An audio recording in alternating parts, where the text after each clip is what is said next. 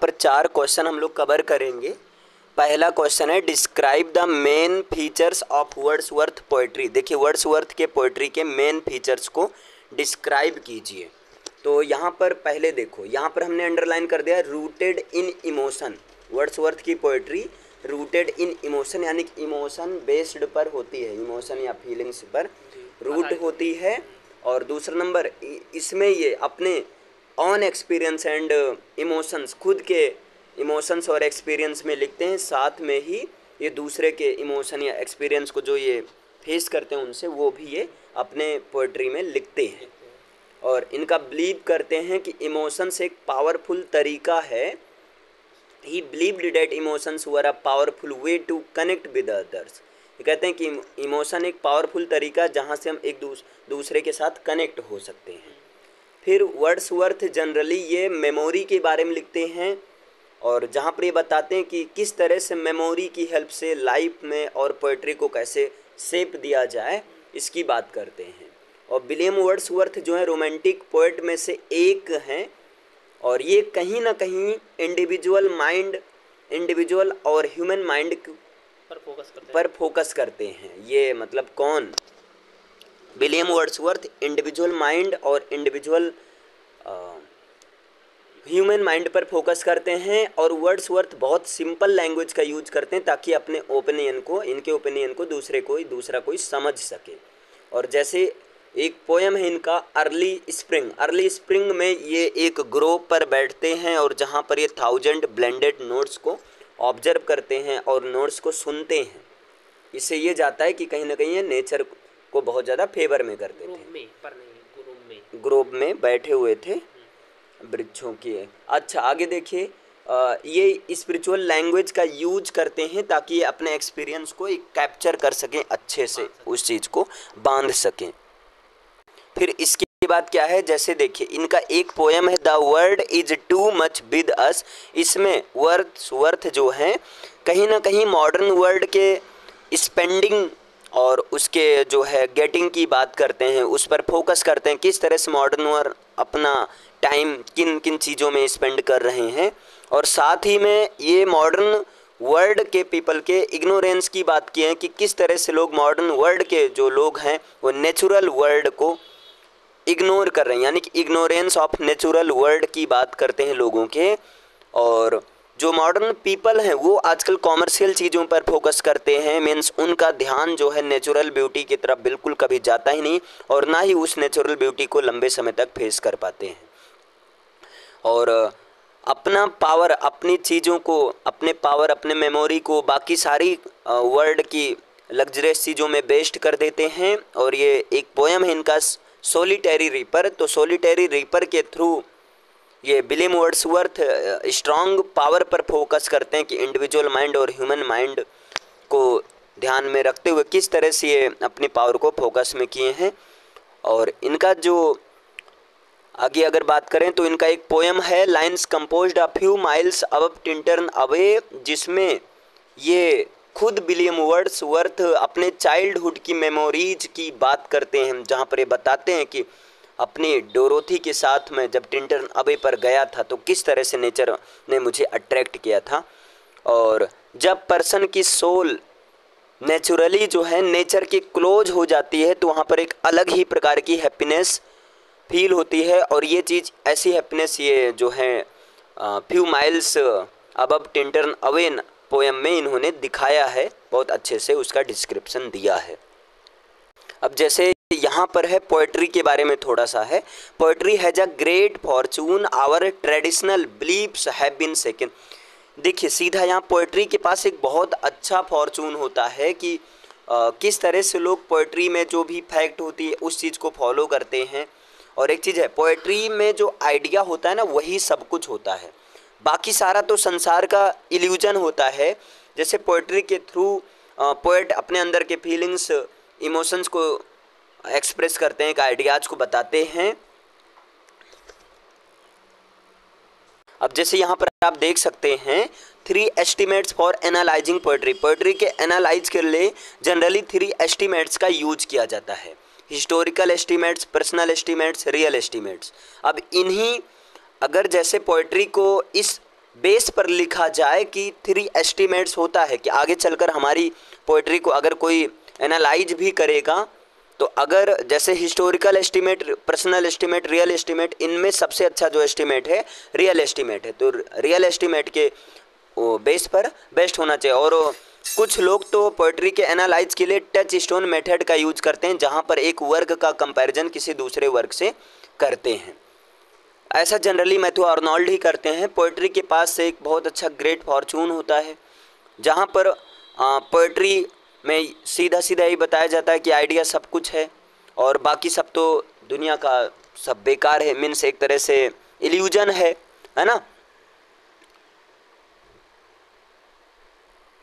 अब देखिए William Wordsworth की बात किया जाए तो इन्होंने लिखा था preface to Lyrical Ballads. Actually होता क्या है, लिरिकल बैलेड्स को केवल विलियम वर्ड्सवर्थ ने नहीं लिखा था, बल्कि विलियम वर्ड्सवर्थ और एस.टी. कॉलरेज दोनों लोग मिलकर लिखे थे। और जहाँ पर as you know Lyrical Ballads is the collection of poem, जैसा सबको पता है लिरिकल बैलेड्स जो कि पब्लिश हुआ था फर्स्ट टाइम 1978 में, जो कि कलेक्शन ऑफ पोएम है, जहाँ पर वर्ड्सवर्थ ने 19 पोएम लिखा था और कॉलरेज ने 4 पोएम। अच्छा, इन्होंने देखिए वर्ड्सवर्थ ने एक तरह शॉर्ट में बताया कि पोइट्री के अंदर क्या होने चाहिए। यूजिंग कॉमन लैंग्वेज, एक कॉमन लैंग्वेज का यूज करना चाहिए और पुअर रेस्ट्रिक्ट सेटिंग होनी चाहिए। मीन्स बहुत ज़्यादा हाइपर लैंग्वेज या बहुत ज़्यादा डिफिकल्ट नहीं होना चाहिए। कलरिंग ऑफ इमेजिनेशन अच्छा होना चाहिए और स्यूडो क्लासिकल के अगेंस्ट होना चाहिए। जो थ्योरी ऑफ पोएटिक डिक्शन है स्यूडो क्लासिकल, उसके अगेंस्ट होना चाहिए, क्योंकि स्यूडो का मतलब ही होता है झूठ। सब्जेक्टिविटी और इमेजिनेशन को ध्यान में रखना चाहिए। अब जैसे ये अभी बताया गया preface to Lyrical Ballad originally published 1802। Actually होता क्या है, प्रीफेस टू लिरिकल बैलेड्स की 4 एडिशन आया था। एक तो 1798 में, दूसरा 1800 में, तीसरा 1802 ईस्वी में और चौथा जो है 1805 ईस्वी में। Lyrical Ballads collection of 23 poems in which William Wordsworth wrote 19 poems and ST. Coleridge wrote 4 poems. अब यहाँ देखिए for publication of the Lyrical Ballads 1798 first edition, 1800 में सेकंड, थर्ड आया था 1802 में, और हम लोग को पढ़ना है 1800 वाला एक्चुअली। अब यहाँ पर अगर बात करें जैसे पोइट्री का purpose of writing a poetry, यानी कि विलियम वर्ड्सवर्थ के पोइट्री का लिखने का पर्पज क्या होता था, कहीं ना कहीं एक्सपेरिमेंट होता था, क्योंकि एक तरह से बंदा एक्सपेरिमेंट ही करेगा भाई, इमेजिन करेगा, सोचेगा तो उस चीज़ को लिख देगा। अब यहाँ nature of beauty, function of nature of poetry, function of poetry और qualities of a true poet की बात करें तो इस सेंस में वर्ड्सवर्थ ने कहा कि poetry is the spontaneous overflow feelings of a person. किसी पर्सन की स्पॉन्टेनियस ओवरफ्लो फीलिंग्स होती है पोइट्री, और इमोशन और फीलिंग्स जो है पोइट्री में बहुत ज़्यादा इम्पॉर्टेंट होता है। जैसा कि इसी बेस पर थ्योरी होता है जो पोइट्री कैसे बनता है, तो पोइट्री 4 स्टेप के बाद में पोइट्री प्रिपेयर होता है, जिसको थ्योरी ऑफ पोइट्री कहते हैं, और जो कि है ऑब्जर्वेशन, रिकलेक्शन, फिल्ट्रेशन और कंपोजिशन या क्रिएशन ऑफ पोइट्री। इसको आप मैंने जो कोड बनाया है और फंसी, आप इससे याद कर सकते हैं। ओ से ऑब्जर्वेशन, रा से हो गया रिकलेक्शन, और फंसी एफ से हो जाएगा आपका फिल्ट्रेशन, ORFC, है ना, और इसके बाद सी से कंपोजिशन, क्रिएशन। अब जैसे कोई चीज़ आदमी ऑब्जर्व करेगा तो उसको रिकलेक्ट करेगा, उसमें फिल्टर करेगा, यानी कि सही चीज़ों का यूज करेगा, सही लैंग्वेज सिंपलेस्ट होना चाहिए, अब तब जाकर पोइट्री का क्रिएशन होता है। पोइट्री जो है साइंस से सुपीरियर माना जाता है, क्योंकि साइंस में डिस्कवरी होता है ठीक है, लेकिन पोइट्री में भी डिस्कवरी होता है एक तरह से, बट उसको लिख दिया जाता है, एक्सप्रेस कर दिया जाता है। अब इसके बाद में सेकंड जो question, Aristotle find 6 constituents parts in elements 6 constituents और elements parts in the tragedy. Aristotle ने ट्रेजेडी, जो कि पोएटिक्स में ट्रेजेडी का जिक्र है, उसमें 6 एलिमेंट हैं। प्लॉट्स यानी कि माइथोस, कैरेक्टर्स यानी कि इथोस, थॉट यानी कि डायनोइया, और इसके बाद में लैंग्वेज या डिक्शन लेक्सिस है, और म्यूजिक मेलोपोइया, और स्पेक्टेकल ऑप्सिस। म्यूजिक को सॉन्ग या मेलोडी भी कह सकते हैं। इसको देखिए मैंने कोड जो बनाया है पीसीएम स्लॉथ के नाम से आप याद रख सकते हैं। P फॉर प्लॉट यानी कि माइथोस, C से कैरेक्टर यानी कि इथोस, M से हो गया आपका म्यूजिक यानी कि मेलोडी या सॉन्ग, मेलोपोइया, और एस से हो गया आपका स्पेक्टेकल ऑप्सिस, और एल ए से हो गया लैंग्वेज या डिक्शन या लेक्सिस, और टी एच से हो गया थॉट यानी कि डायनोइया। अब जैसे जो माइथोस होता है इसको सोल ऑफ ट्रेजेडी कहा जाता है, क्योंकि plot is known as soul of tragedy. Plot जो है ट्रेजेडी में बहुत ज़्यादा इंपॉर्टेंट होता है।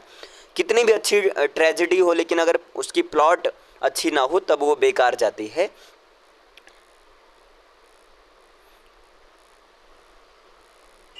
इसके बाद में नेक्स्ट बात करते हैं, तो नेक्स्ट है आपका देखिए यहाँ कैरेक्टर्स और इथोस। तो ये कैरेक्टर्स या इथोस में एरिस्टोटल ने ट्रेजेडी के प्रोटागोनिस्ट के कैरेक्टर की बात किया कि प्रोटागोनिस्ट के अंदर कौन से कैरेक्टर, कौन से क्वालिटीज होना चाहिए। जनरली उसके अंदर गुडनेस होना चाहिए, propriety, courage, dear to everyone होना चाहिए, ट्रू टू लाइफ होना चाहिए, that is different from goodness and propriety, और कंसिस्टेंसी टू एवरीवन होना चाहिए। 4 चीज़ पर फोकस किया है, एक तो गुडनेस, प्रोप्राइटियर, करेजियस और dear to everyone, true to life और consistency to everyone. Hamartia means होता है ट्रेजिक फॉलिंग, जहाँ पर वर्क में अचानक से कुछ डिस्टरबेंस होना, एक तरह से इसको ट्रेजिक फ्लॉ कहते हैं। ट्रेजिक फ्लॉ का मतलब होता है नोबल मैन, प्रोटैगोनिस्ट या हीरो का फॉलिंग डाउन। हो सकता है वो एक पार्टिकुलर कार्डिनल सिन या सीरियस लैप्स की वजह से हुआ हो। और इसके बाद में हेमेरसिया का जिक्र पोएटिक्स ने अपनी बुक में किया है, एरिस्टोटल ने अपनी बुक पोएटिक्स में किया है, और जहाँ पर उन्होंने बताया कि इसको आप ऐसे रिगार्ड कर सकते हैं कि एज अ मिस्टेकन और एरर इन जजमेंट। जजमेंट में मिस्टेक या एरर के रूप में इसको एक्सेप्ट किया जाता है, और जब जजमेंट में एरर या मिस्टेक होगा तो वहाँ से एक पार्टिकुलर हीरो का या जो है नोबल मैन का फॉलिंग डाउन होना शुरू हो जाता है, और उसी को क्या कहते हैं, उसी चीज़ को हेमेरसिया कहते हैं। जहाँ पर Hamlet, Macbeth, Othello, King Lear, HOKM code है हुकुम। हैमलेट, ओथेलो, किंग लियर और मैकबेथ, इन सब में Hamlet, Othello, King Lear, Macbeth ये सब खुद प्रोटैगोनिस्ट हैं।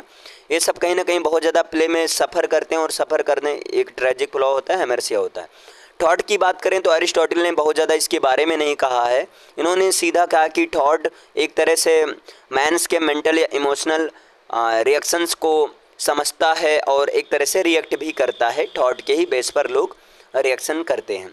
लैंग्वेज, डिक्शन और लेक्सिस, लैंग्वेज को 2 पार्ट में डिवाइड करते हैं यहाँ पर एरिस्टोटल। एक तो स्पोकन वर्ड जिनको बोल कर कहा जाता है, और एक संग वर्ड जिनको गाने के माध्यम से। इसलिए वर्ड्स और वोकैबलरी का सिलेक्शन अच्छे से होना चाहिए जिससे लैंग्वेज अच्छी हो सके।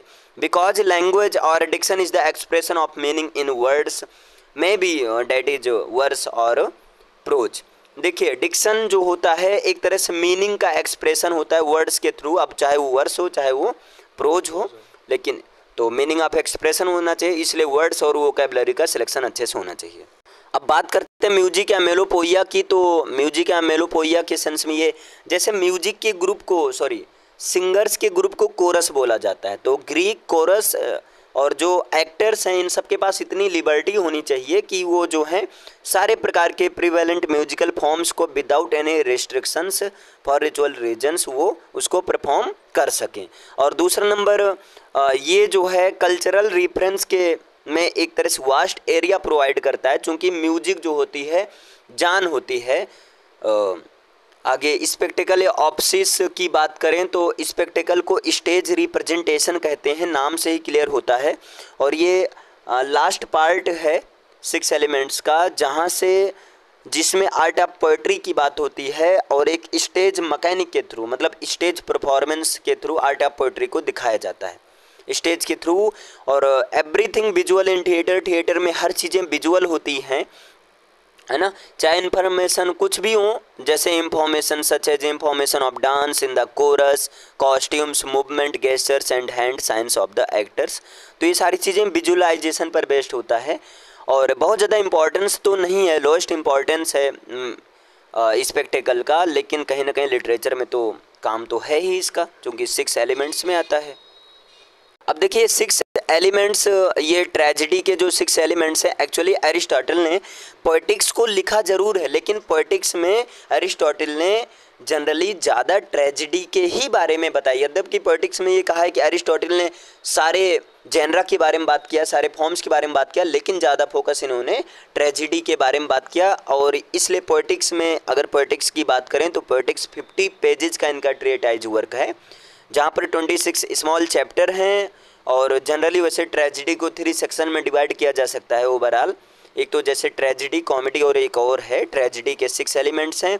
और दूसरा नंबर नेचर की बात करें तो आप देख सकते हैं एरिस्टोटल जो हैं ये फर्स्टली कंसीडर करते हैं कि पोएटिक आर्ट के नेचर को कंसीडर करते हैं, जहाँ पर अगर ये अपने गुरु को फॉलो करें, प्लेटो को फॉलो करें, तो ये पाएंगे कि पोएट जो है नकलची होते हैं, एक पेंटर की तरह या आर्टिस्ट की तरह नकलची होते हैं, जो कि मतलब नकल करते हैं। जैसे कि चीज़ों को किस तरह से नकल करते हैं, 3 तरीके से, थिंग्स एज दे वर और आर, चीज़ें जैसे वैसे छाप दिए, या चीज़ों को जैसे कहा गया वैसे वो सोच लिए, या चीज़ें जैसे होना चाहिए वैसे वो बना दिए, मतलब इस तरह से। लेकिन अगर इनकी बात करें अरिस्टोटल की, तो अरिस्टोटल अपने गुरु के खिलाफ थे।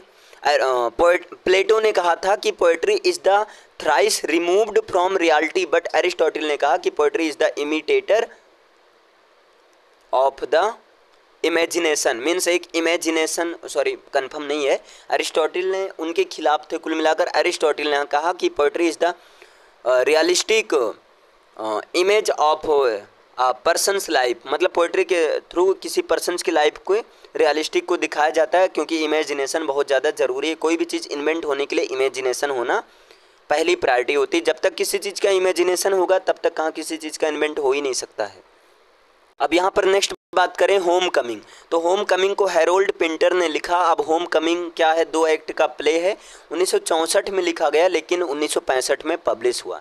हैरोल्ड पिंटर ने लिखा, ये ड्रामा फॉर्म में लिखा गया है, और इसको जो है बेस्ट प्ले के लिए 1967 में टोनी अवार्ड दिया गया है।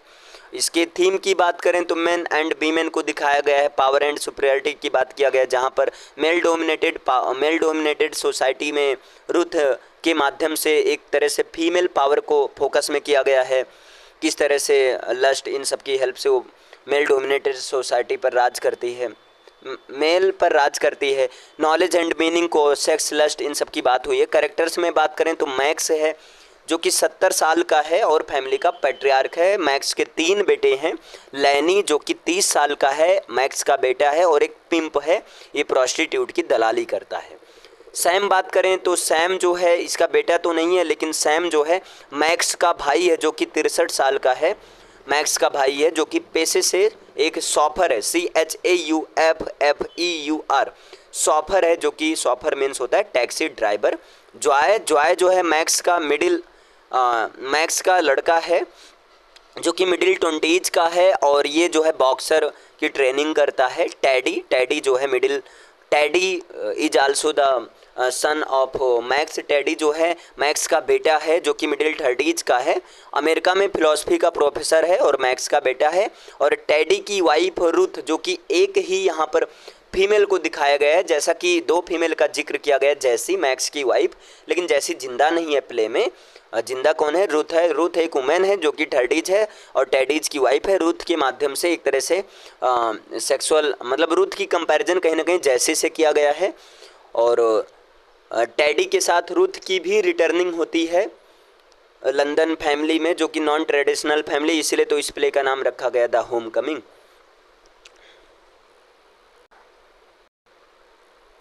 अब देखिए यहाँ पर है about the title home coming. Teddy जो कि यूनाइटेड स्टेट में 6 साल से रह रहा था और शादी भी कर लिया था ये रुथ से, और शादी इसके 3 बच्चे भी थे। तो टैडी जो है इसको, मतलब रुथ को अपने नॉर्थ लंदन फैमिली से मिलाना चाहता था, और इसलिए उसको वो घर लाया, अपने चाइल्डहुड होम में लाया। और जब लाया तो वो इस पर्पज़ से लाया था, इस इंटेंशन से लाया था कि वो अपनी वाइफ रुथ को फैमिली से इंट्रोडक्शन कराएगा। लेकिन आगे क्या होता है कि रुथ जो है, मतलब इनकी फैमिली वाले कहते हैं कि रुथ को यहाँ रुकने दो, और रुथ भी मान जाती है। तो ये चीज़ होता है। टाइटल कहीं ना कहीं टैडीज के रिटर्निंग के साथ में रुथ की न्यू और अनएक्सपेक्टेड प्लेस पर रिटर्निंग होती है, जहाँ पर रुथ जो है टैडी के नॉन ट्रेडिशनल फैमिली में आती है टैडी के साथ में, और टैडी तो वापस अमेरिका में जाता है लेकिन रुथ यहीं पर रह जाती है। समरी की बात करें तो आप समरी देख सकते हैं, बहुत स्पीड में मैं ऐसे रीड कर देता हूँ। After having lived in the United states for 6 years, teddy brings his wife Ruth home for the first time to meet his working class family in North London, where he grew up, and which she finds more familiar than their and academic life in America. The two married in London before moving to the United States. Much sexual tension occurs as Ruth teases Teddy's brothers and father, and the men taunt one another in a game of one-upmanship, resulting in Ruth staying behind the Teddy's relatives as the one of the family, and Teddy returning home to their 3 sons in America without her. अब यहाँ पर है the best land, जिसको T.S.. Elliot ने लिखा। ये थोड़ा सा टिपिकल हो जाता है, लेकिन टिपिकल नहीं होगा। देखिए, द बेस्ट लैंड को पब्लिश किया गया था यूके में द क्राइटेरियन नाम के कलेक्शन में 1922 में, अक्टूबर 1922 में, लेकिन अमेरिका में इसको पब्लिश करवाया गया द डायल नाम के कलेक्शन में, टी.एस. इलियट के द डायल में नवंबर 1922 में, और न्यूयॉर्क में इसको पब्लिश करवाया गया दिसंबर 1922 में। लेकिन बेस्ट लैंड को लिखा गया था 1921 में। हाँ, जब बेस्ट लैंड को लिखा गया था तो उस समय इसका टाइटल, जो मैन्युस्क्रिप्ट टाइटल था, अदर टाइटल है इसका, वो है ही do the polish in different voices. He do the polish in different voices. इसको 5 पार्ट में डिवाइड किया गया है। The burial of the dead, जिसमें 1 से लेकर 76 लाइन्स हैं, मतलब ओवरऑल 76 लाइन है फर्स्ट पार्ट में। और सेकंड पार्ट की बात करें तो आ गेम ऑफ चेस है, और आ गेम ऑफ चेस में 77 से लेकर जो है 172 लाइन्स हैं। और द तीसरा पार्ट है द फायर सरमन, और चौथा पार्ट है डेथ बाई वाटर। पांचवें पार्ट का नाम है व्हाट द थंडर सेड। अच्छा, अब इसमें होता क्या है, ये सीरियल वाइज से ही याद करना रहता है, तो आप ऐसे याद रख सकते हैं कि डेथ हो गई तो उन सबको बरी किया गया। ये सब निकल कर चेस का गेम खेल रहे थे, तभी जो है आग लग गई, और जब भगवान ने आग लगा दी, फायर लगा दी, तब जो है भगवान दयालु होते हैं, तब वो इन लोग की हत्या होने से उन्होंने पानी से बचाया, और बाद में ठंडर करते हुए कहा कि ऐसा दोबारा मत करना। अच्छा, यहाँ पर सबसे स्मॉलेस्ट पार्ट है डेथ बाई वाटर, जिसमें 10 लाइन है, और सबसे लार्जेस्ट पार्ट है द फायर सरमन, जिसमें 139 लाइन है। बात करें टोटल कितनी लाइन्स हैं तो 434 लाइन है। ये poem hollowness of the modern world के हॉलोनेस को शो करता है, एक तरह से बताता है, मॉडर्न वर्ल्ड को एक बेस्ट लैंड के रूप में दिखाता है। और ये बेस्ट लैंड 20th सेंचुरी का एक मोस्ट इंपॉर्टेंट पोएम्स में से एक है, मॉडर्निस्ट मास्टरपीस में कंसीडर किया जाता है। और ये वर्ल्ड वार फर्स्ट के एंडिंग में मॉडर्न लाइफ किस तरह से एब्सर्डिटी की तरफ चली गई थी, तो उस चीज़ को यहाँ पर दिखाया गया है। अब इसका आपको पता है ओरिजिनल टाइटल है ही do the polish in different voices. अच्छा, क्राइटेरियन में पब्लिश करवाया गया था, क्राइटेरियन कलेक्शन में, वो कहाँ पर, यूके में, इंग्लैंड में, और अमेरिका में जो पब्लिश करवाया गया था द डायल में 1922 में नवंबर। और बात करें इसका थीम क्या है तो थीम 5 मोस्ट इम्पॉर्टेंट थीम है, the brokenness and isolation of modern life, the brokenness and isolation of modern life, death and rebirth, religion, spirituality and nihilism, sex, lust और इम्पोर्टेंस, और मेमोरी एंड पास्ट की बात की गई है। और बात करें इसका जो है कि इसमें एजरा पाउंड थी, एजरा पाउंड के कहने पर इस पोएम में बहुत ज़्यादा, जैसा इसके पहले ये पोएम बहुत ज़्यादा लॉन्ग थी, और एजरा पाउंड के कहने पर इसमें काफ़ी पार्ट रिमूव किए गए, और इसलिए टी.एस. इलियट ने द बेस्ट लैंड को एजरा पाउंड को डेडिकेट भी किया है। अब इसके बाद में बात करें बेस्ट लैंड को थोड़ा सा पढ़ने में ये डिफ़िकल्ट हो जाता है, और इस रेफरेंस में जो है इन्होंने कहा भी है, टी.एस. इलियट ने कहा भी है कि अगर आपको समझ में नहीं आती मेरी ये बात तो आप जाओ, यहाँ पर देखिए इन्होंने कहा है हीज मैसेज टू रीडर्स, उनका जो है रीडर्स को मैसेज ये है कि hey if you don't understand what I am talking about in this poem, कि हे अगर आप लोग को इस पोएम में मैं किस बारे में बात कर रहा हूँ ये समझ में ना आ रहा हो तो गो टू लाइब्रेरी, तो लाइब्रेरी जाइए। द होल रीजन, अच्छा इस पोएम को लिखने का इनका होल रीजन ये था, पूरा रीजन ये था कि किस तरह से मॉडर्न पीपल जो है वो किसी चीज़ के प्रति, किसी अच्छी चीज़ के प्रति बिल्कुल केयर नहीं करते हैं, खासकर ग्रेट आर्ट या स्पिरिचुअलिटी की तरफ केयर नहीं करते हैं, उस चीज़ को ये फोकस में दिखाया है। और एलियट जो है यहाँ पर ये जो हैं 3 मंथ की लीव भी लिए थे। ऐसा कहा जाता है कि इनको, देखिए रीज़न क्या था, इन्होंने बताया था नर्वस ब्रेकडाउन का रीज़न बताया था, 3 महीने की छुट्टी लिया था। समरी बात करें तो पहला पार्ट है द बरियल ऑफ डेड, और द बरियल ऑफ डेड में इन्होंने जो है बताया है कि स्प्रिंग सीजन जो है वो किस तरह से मतलब साल का सबसे ख़राब और जो है भयानक सीज़न होता है, जो कि हमारे पुराने दिनों के यादों को, अनफुलफिल्ड डिजायर को याद दिलाता है और कहीं ना कहीं दुख देता है।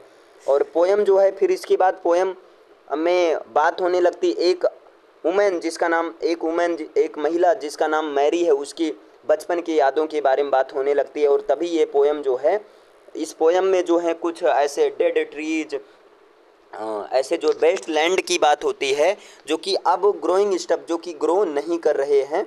और अचानक फिर ये पोएम फिर टर्न होती, इसलिए पोएम नहीं समझ में आती है, सब चेंज हो जा रहा है। अचानक फिर ये पोएम पहुंच जाती है एक स्पिरिचुअल मीडियम मैडम सोसोस्ट्रिस के बारे में बात करने लगती है, जो कि एक कमरे में होती है, जो कि किसी के फॉर्चून को बताती थी। हाँ, एक तरह से न्यू स्टोरी। और जो है फिर ये कहानी मतलब आगे जाकर एक क्राउड ऑफ पीपल, मतलब एक दिखता है जो कि crowd of people London bridge पर चल रही है, जैसे कि जॉम्बीज की तरह, और वो सीधा जो है मूव राइट अलोंग की तरह चलती है। अब आगे देखिए, अगर पार्ट 2 की समरी की बात करें तो पार्ट 2 का नाम है अ गेम ऑफ चेस, जिसमें जो है एक वुमेन होती है, और वो वुमेन लेविस होती है, यानी कि एक लेविस वुमेन की बात होती है, बहुत ज़्यादा खर्चीली वुमेन की बात होती है, जो कि एक शानदार कमरे में रहती है। और फिर आगे देखते हैं कि एक उसके कमरे की बात करें तो उसके कमरे में एक चेंज ऑफ फिलोमेल जो है नाम का एक तस्वीर, एक पिक्चर जो है दीवार से टंगी रहती है। और जब टंगी रहती है तो एक्चुअली वो जो है एक ग्रीक मिथ वुमेन की कहानी होती है। हाँ, फिर यहाँ पर एक चेंज ऑफ फिलोमेल, जो कि एक वुमेन होती है जिसको ग्रीक मिथ के एक राजा किंग टेरियस ने इनको रेप कर दिया होता है, और जब रेप कर देता है तो ये मतलब ये एक नाइटिंगेल में बदल जाती है। इसके बीच में थोड़ी सी कहानी ये होती है कि राजा टेरियस ने फिलोमेल का जो जब रेप कर देता है तो उसके कमरे में जाकर तो उसके जीभ को काट देता है राजा टेरियस, ताकि वो किसी से कह ना सके, और उसको ऐसे जगह पर रख देता है जहाँ कोई जा ना सके।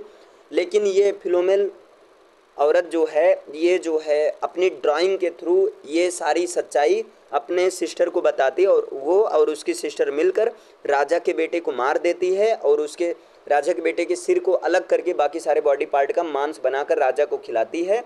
और जब राजा खा चुका होता है तब उसके सामने उसके बेटे का सिर ले जाता है। तब राजा देखकर समझ जाता है और राजा इन दोनों औरतों का पीछा करता है कुल्हाड़ी लेकर। तभी भगवान आते हैं, इन सबको नाइटिंगेल के फॉर्म में बदल देते हैं, बर्ड के फॉर्म में, और खासकर फिलोमेल को नाइटिंगेल में कन्वर्ट करते हैं। कुछ लोग ऐसा कहते हैं कि नर्व्स मतलब उनकी बैड हो गई थी, और जो है मतलब यहाँ पर कहा जाता है कि वहाँ रुकने के लिए कहा जाता है।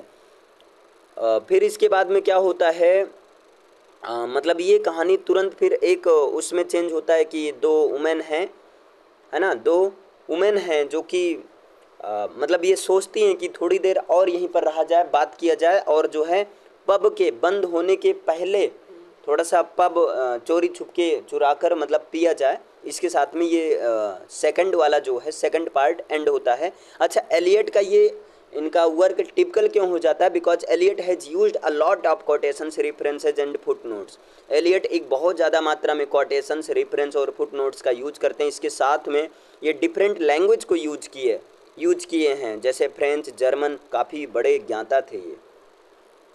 आगे देखिए, पार्ट 3 की बात करें तो द फायर सरमन, इसके समरी की बात करें तो यहाँ पर 2 स्पीकर हैं। अच्छा, ये थेम्स नदी के किनारे से शुरू होती है, जहाँ पर 2 स्पीकर हैं, है ना, वो आपस में बात करते हैं। कि स्पीकर कहता है कि संसार में कोई जादू वादू नहीं बचा है, और जो है कुछ सेकंड के लिए ये कहानी फिर से फिलोमेल की तरफ घूम जाती है। और दूसरा जो है स्पीकर बताता है कि किस तरह से उसको इस्मारा मर्चेंट के द्वारा वीकेंड सेक्स के लिए कहा जा सकता है। और तभी जो है आप यहाँ टायरसेस जो कि एक ब्लाइंड प्रॉफिट है उसके बारे में एक मिथ माइथोलॉजी कैरेक्टर है टायरसेस, और टायरसेस के बारे में सुनते हैं। टायरसेस को गॉडेस हीरा ने 7 साल के लिए वुमेन के रूप में बदल दिया था। उसके कुछ गलत हरकतों कुछ गलत काम के लिए टायरसेस को गॉडेस हीरा ने उसको जो है वुमेन के रूप में कन्वर्ट कर दिया था। और फिर यहाँ पर आगे ये कहानी तुरंत फिर शिफ्ट होती है कि जहाँ पर ये देखने को मिलता है कि एक यंग वुमेन और मैन है जो कि बहुत गंदा बेहुदा विदाउट लव जो है सेक्स कर रहे हैं। और उसके साथ में ये पोएम मतलब एंड होता, ये पार्ट एंड होता है। फिर बात करें पार्ट 4 की समरी का। पार्ट 4 का नाम है डेथ बाई वाटर। इसमें क्या बताया गया है कि एक सेलर है जिसका नाम फेलबस है, PHLEBAS।